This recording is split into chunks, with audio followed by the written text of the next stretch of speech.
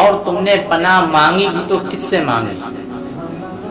دیکھتے ہی دیکھتے وہ دن بھی آ گیا جس کو پورے ملک کو انتظار تھا۔ نتائج سے پہلے چلنے والی تیز آندھی نے سیاسی اخلاقیات کی دھجیاں بکھیر دی۔ اس ملک میں وہ بھی ہوا جس کی امید نہیں تھی۔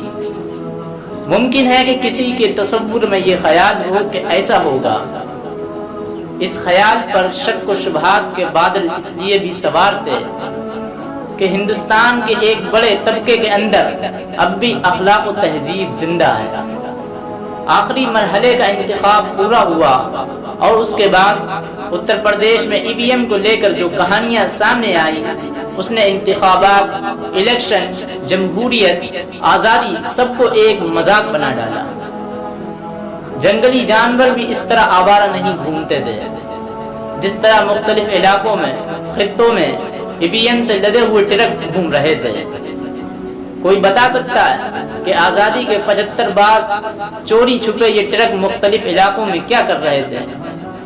اس پر تبصرہ کرنا کوئی معنی نہیں رکھتا، مگر اس بات سے انکار ناممکن ہے کہ ہندوستان غلط سمت میں جا رہا ہے، ہندوستان غلط ڈائریکشن کی طرف جا رہا ہے۔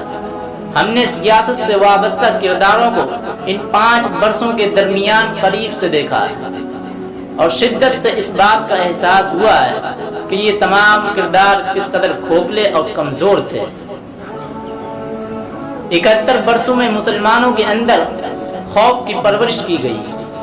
ذرا سوچئے اس کا ذمہ دار کون ہے؟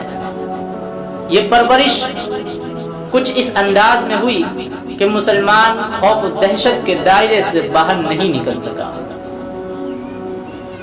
حضرت زکریا کی شہادت کا میں آپ کو واقعہ یاد دلاتا ہوں۔ حضرت زکریا جنگل کی سمت چلے، جنگل کی طرف چلے، فوج ان کے پیچھے تھی۔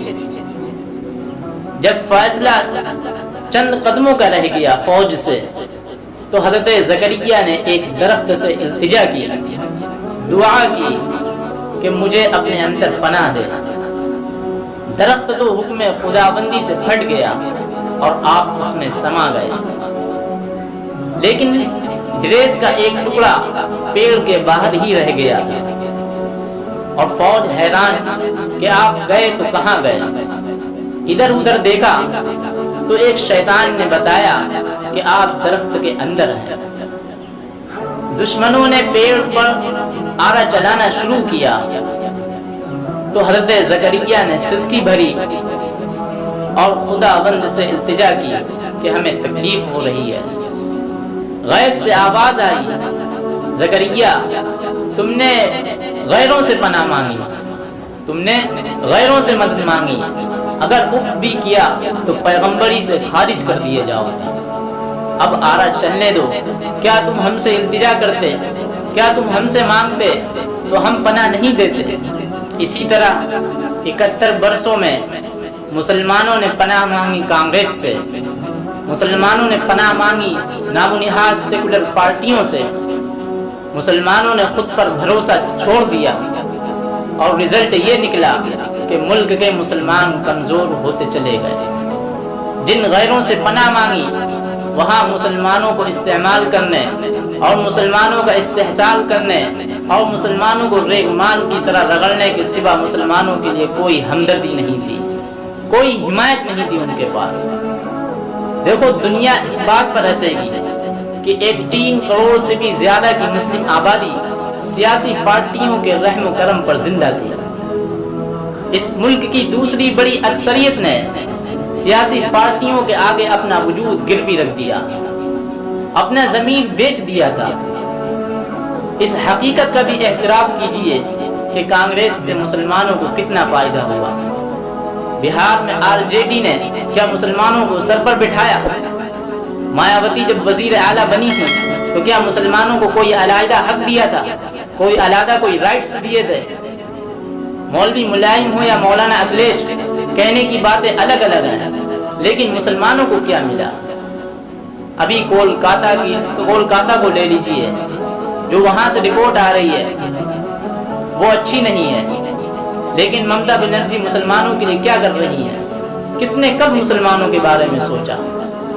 جو مسلمان ان کے بارے میں سوچتے ہیں کسی ایک سیاسی پارٹی یا ایک سیکولر پارٹی کے قریب ہونے کا سب سے زیادہ نقصان مسلمانوں کو ہوا۔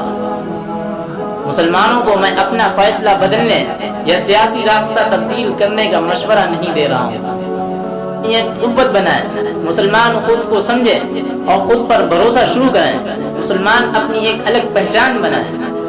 مسلمان اپنا ایک ایسا اور نیتا اور لیڈر چنے جو آپ کی طاقت کو برقرار رکھے، جو آپ کی قوت کو برقرار رکھے، جو آپ کے مسئلوں کو اٹھائے، جو آپ کے مدعوں کو اٹھائے۔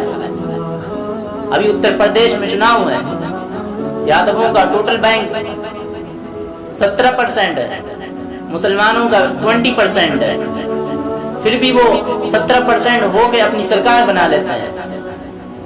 مگر ہم لوگوں کو کتنی افسوس کی بات ہے کہ ہم لوگ اتحاد متفق نہ ہو کر کے اپنی ایک سرکار نہیں بنا پاتے، اکثریت میں ہونے کے باوجود بھی نہیں بنا پاتے۔ اس لیے ان سیاسی پارٹیوں سے ہوشیار رہیں جو بار بار مسلمانوں کو نعرہ دے کر سیاسی زمین کو مسلمانوں کے لیے کمزور کرتی چلی آ رہی ہیں۔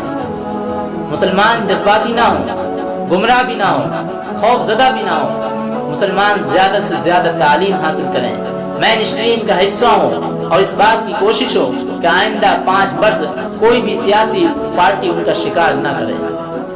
سمجھ کے سمجھو ہندی مسلمانوں، ورنہ تمہاری داستان تک نہیں ملے گی داستانوں۔